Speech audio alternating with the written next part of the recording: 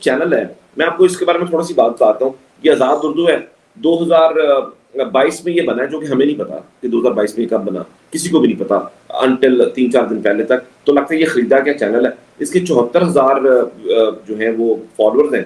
میرے اس سے کم فالوورز ہیں میرے اپنے پرسنل اکاؤنٹ میں. میری انٹریکشن بہت زیادہ ہے. لیکن آپ کو میں پہلی ویڈیو دکھاتا ہوں. یہ ویڈیو 20 منٹ پہلے ہے. اس میں صرف 55 لوگوں نے اس کو وہ کیا. چلے ہم اور نیچے چلے جاتے ہیں، ذرا پرانی پہ چلے جاتے ہیں. 1 گھنٹہ بھی نہیں، اور یہ بہت زیادہ پوسٹ بھی کر رہے ہیں، رائٹ، یعنی کہ ان کی ایکٹیویٹی اچھی جا رہی ہے. اس کے باوجود میں آپ کو یہ بتا دیتا ہوں کہ تھوڑا سا تجزیہ کرتا ہوں. یہ 9 گھنٹے پہلے انہوں نے کچھ لگایا ہے، اور 9 گھنٹے جو پہلے لگایا ہے، 1 لائک ہے صرف اس پہ، 105 لوگوں نے اس کو دیکھا ہے، کوئی ری ٹویٹ نہیں ہے. ٹھیک ہے.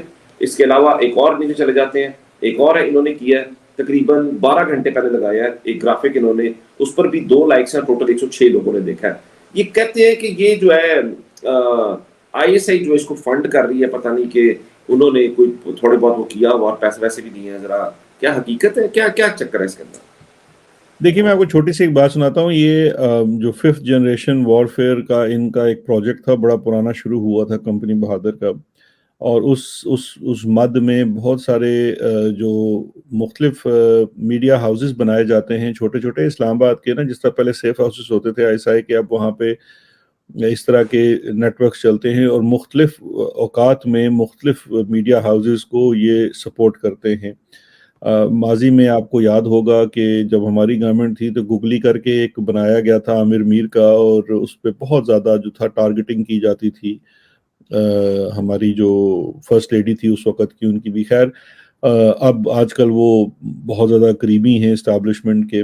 ایک بڑی انٹرسٹنگ چیز مجھے کچھ عرصہ پہلے میجر عادل راجہ نے سنائی اپنے شو پہ ہی، انہوں نے بتائی، وہاں سے آپ بات اٹھا لیجئے کہ جب ہماری گورنمنٹ تھی تو اس وقت ISPR جو تھی وہ اس طرح کے مختلف جو میڈیا ہاؤسز تھے سوشل میڈیا کے اوپر جو بنے ہوئے تھے، ان کو نہ صرف سپورٹ کرتی تھی، پیسے دیتی تھی، بلکہ ان کو ٹارگٹس بھی دیتی تھی. کیونکہ ایک ایسی ہی میٹنگ کا انہوں نے ذکر کیا کہ میرے خلاف اس وقت مختلف کیمپینز کرنے کے لیے یہ حکم ISPR کی جانب سے دیا گیا. تو اس کو اگر آپ ذرا کانٹیکسٹ میں دیکھیں کہ ایک sitting adviser to prime minister جو تھا وہ گورنمنٹ کے اندر تھا، اور گورنمنٹ کے ہی کہنا چاہیے انڈر ایک ڈپارٹمنٹ ISPR کا، ان کے لوگ جو تھے وہ اپنی گورنمنٹ کے سویلین منسٹرز کو، ایڈوائزرز کو، SAPMs کو ٹارگٹ کرنے کا ٹاسک دیتے تھے. تو یہ 5th جنریشن وارفیئر کے جو پروجیکٹس ان کے مختلف ادوار میں چلتے رہتے ہیں.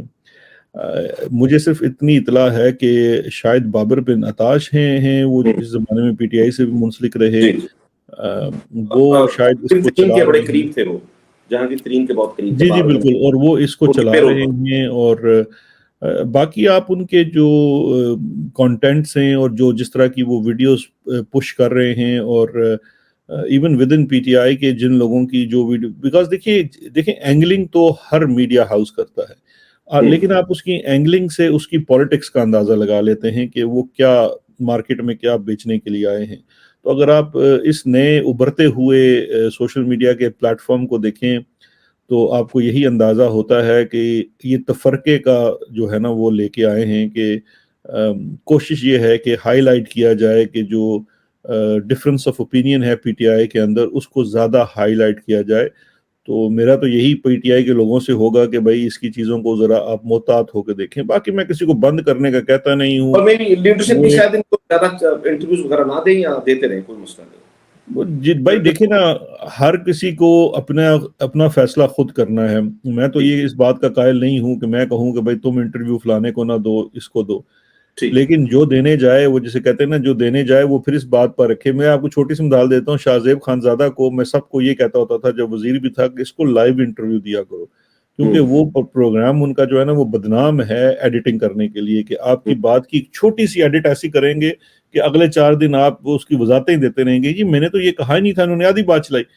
تو اس چیز کا آپ احتیاط کریں. باقی جس نے جس کو انٹرویو دینا ہے، اگر کسی کو شوق ہے اپنے آپ کو کنٹروورشل بنانے کا تو ضرور جائے. چلیں ٹھیک ہے. شہزاد صاحب آپ نے بھی جانا ہے، آپ کو بہت بہت شکریہ.